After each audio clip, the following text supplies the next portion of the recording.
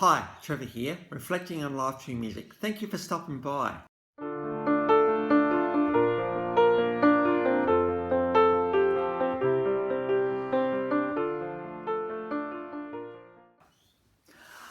Well, coming again today, you're very welcome. I trust you enjoyed my last video on Jessica Simpson through her song I Want to Love You Forever. We looked at those words, the choice to love someone till death do us part. So I trust you found that one encouraging.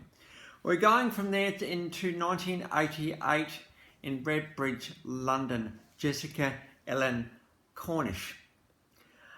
Now, Jessica actually attended Collins Performing Arts School, and at the age of 11, she was actually cast in Andrew Lloyd Webber's Whistle Down the Wind on the West End. After that time in 2002, so she was only 14 at this point, National Music Theatre. She would admit that she was not an academic like her two older sisters, but she was good at singing.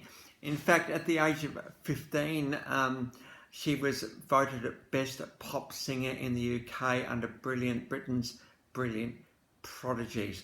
Now, I've actually got a clip of the young Jessie J here singing the song Get Here. She's only 15 at this point. At the age of 16, she joined a girl group, Soul Deep, and she was in that for 2 or 3 years, but it wasn't really going anywhere. In the meantime, she was signed to Gut Records, but there was some material recorded, but the record label went bankrupt, so unfortunately that didn't proceed. But she was starting to get acknowledged as a songwriter, and soon Sony ATV would obviously offer her a publishing deal. One of the songs that she co-wrote was Party in the USA. That was a massive hit for Miley Cyrus. Cyndi Lauper got to know Jessie J, invited her to perform on stage with her, including her iconic Girls Just Want to Have Fun. And so it's a pretty big honour for Jessie J to do that. In 2008, she was signed to Lava Records. Over the next little while, there was a lot of recording and trying things out. In 2011, the album Who You Are got released.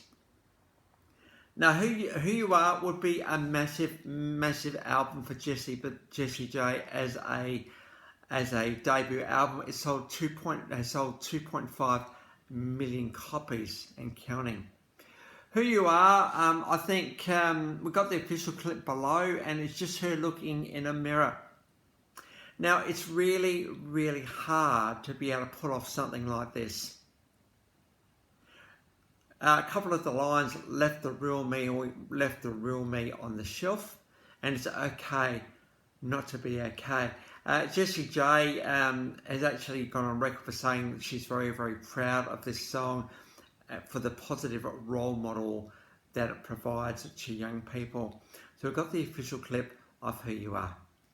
But there would be a lot of songs on this album contributing to the 2.5 million in album sales. In fact, it debuted at number 2 in the UK. It debuted at number 11 in the US, and it got to number 4 in Australia. So very big album for Jessie J. We've also got Do It Like a Jew. This was the first single that was released off this album. And we've got a live version of that one below. We've also got Nobody's Perfect, official clip on this one, almost Alice in Wonderlandy, a little bit here, full of dinners with quirky people. I think the takeaway from this particular song, looking at a bit of a theme of who is me and who am I and all the rest of it, is the fact that we are all quirky and we're all different and we're all unique, and our quirkiness and our uniqueness makes us who we are. So Jessie J had 3 pretty good songs already, but then out came Price Tag. I've got an official clip and live clip on this one below. The official clip, it's pretty cute in many ways, and Jessie J is quirky herself. And she just wanted to bring that out in this video clip. We don't care about the price tag, ka-ching, ka-ching. We just want to make the world dance. This particular song debuted at number 2 in the UK. And price tag, I think, one thing this channel has not really talked about at this point is money. Now, we know the power of money isn't necessarily, the paper that you hold. Not that we hold paper much anymore. We hold cards now, don't we? We hold a card, we just tap it on the machine, and next minute we bought the thing. So the power of money isn't so much the actual coin and paper stuff, it's what it can buy. And certainly when you are a person of means, that goes into houses and money, houses and cars and holidays and all the sort of stuff that goes along with money. You can start to create a pretty amazing lifestyle that people are envious of, and you can start to think, well, look at me, I'm doing really well. Is this wealth and richness though? Think about being rich.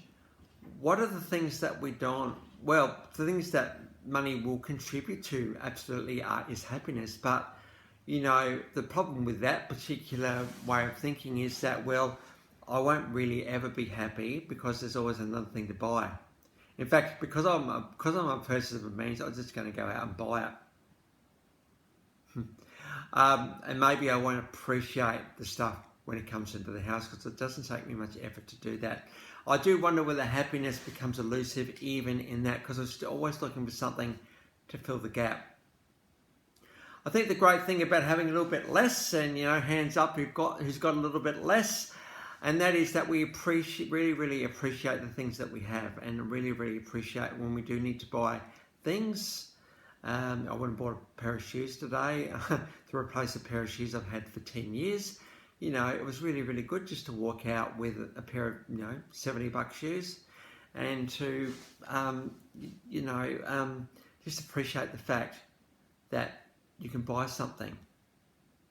Obviously, we need money to be able to do that, but I don't need to buy a $300 pair of shoes. I just need to be able to walk in them. My feet need to feel comfortable in them. They need to look okay because of the work that I do. But, I'm not going to go out looking for the latest and greatest style. But, I'm content with my purchase because, they do what they need to do. And, for the girls that I've got in my life, very, she's a beautiful girl, and she doesn't get impressed by the things that we get, the things that we can buy. She's not impressed by that. What she's more impressed with is happiness, how she feels around me, how I look after her, how I show her how much I love her. Money is not required for those things. Might be a little bit, like I did actually take her on a horse riding weekend a little while ago, but it wasn't so much the money, even though it cost a little bit. It was the fact that it was fulfilling one of her dreams, to ride a horse on the beach. Now, that goes so much beyond the money, the little bit of money I spent that weekend, because she was actually able to live one of her dreams. This is where the power of money comes into play. Certainly when it's when you interact with love, and that is, love wants the best for somebody. Love wants to be able to make people's dreams come true. I could have gone the other way and said, hey, look, you know what, we're going away for a weekend, you're going to ride a horse on the beach, and it's going to be great. Look at me, aren't I good? No. Yeah, we are going away for the weekend, but you're going to live out one of your lifelong dreams. Do you see the difference there? It wasn't about me, it was about her.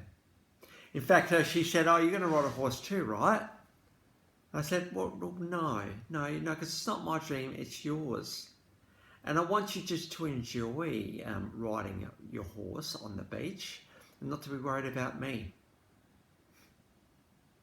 We got some great video footage, which is great too. And of course, that was my role to keep that memory alive.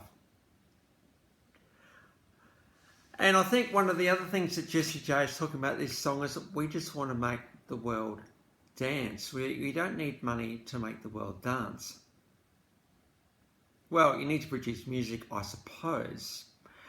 But what Jessie J is actually is saying here is, hey, look, just don't worry about the price tag. Don't worry about how much something costs. Don't worry about the value of things. Just have fun. And to quote Cyndi Lauper's song, which Jessie J was involved in, Girls Just Want to Have Fun, absolutely. Let the fun of the world seems to be not quite as much as it used to be, and fun needs to come back into the world. And Jessie J, I think, was trying to bring that back into the world with less emphasis on money and more emphasis on fun. So, if you are making a lot of money, fantastic. You worked hard for it, well done. Just keep it all in perspective about, making the world a better place, because the gap that you're looking to fill is that. So, and for those of us who haven't got quite as much, even though probably by world standards we are still wealthy, make the most of what we got, hey, and don't forget that the simple things in life are free. So I trust that will be an encouragement for you today. In 2013, out came the album Alive, and we've got a live clip of Wild, absolutely live here.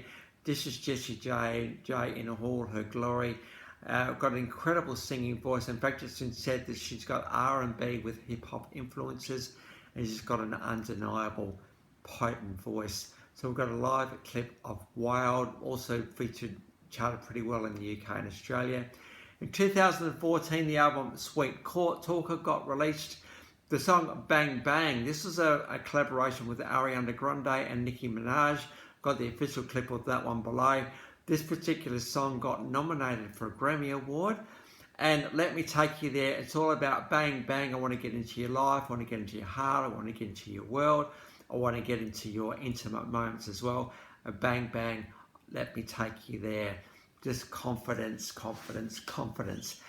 This song got to number 1 in the UK and number 6 in the UK. In 2016, she was one of the voices on Ice Age Collision Course. This is Sid the Sloth's love interest, and right at the very, very end, when Manny's son gets married, of course, Sid's feeling a bit sad about that. Enter the love interest, Jessie J, with that unmistakable UK accent. We've got the final clip from the movie there. In 2018, ROSAE was released. ROSE stands for some other things, and each of those elements had a EP on its own. This is a bit of a departure away from pop, more R&B style. We've got the official clip. I'll think about that. As well as her career as a recording artist, she actually has appeared as a judge. First of all, The Voice UK 2012-2013, and The Voice Australia 2015-16. She hasn't been away from the Australian TV screens, absolutely. Between 2011 and 2018, 5 studio albums, 5 EPs, 19 singles, 21 music videos, estimated to have sold around 2.6 million albums. So in the scheme of things, pretty successful. She's won a BMI award, a Brit Award, as I said, a Grammy nomination.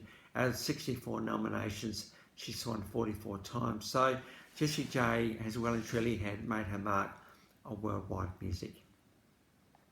So the links to those 9 clips are in the description below, and I've also included my last video from Jessica Simpson. So if you want a recap on her, feel free. Well, if this is your first time to Life Reflections through Music, or you've come back for another one, thank you very much for doing so. I trust you're enjoying my change of thumbnails. Any feedback on that, I would love to hear from you.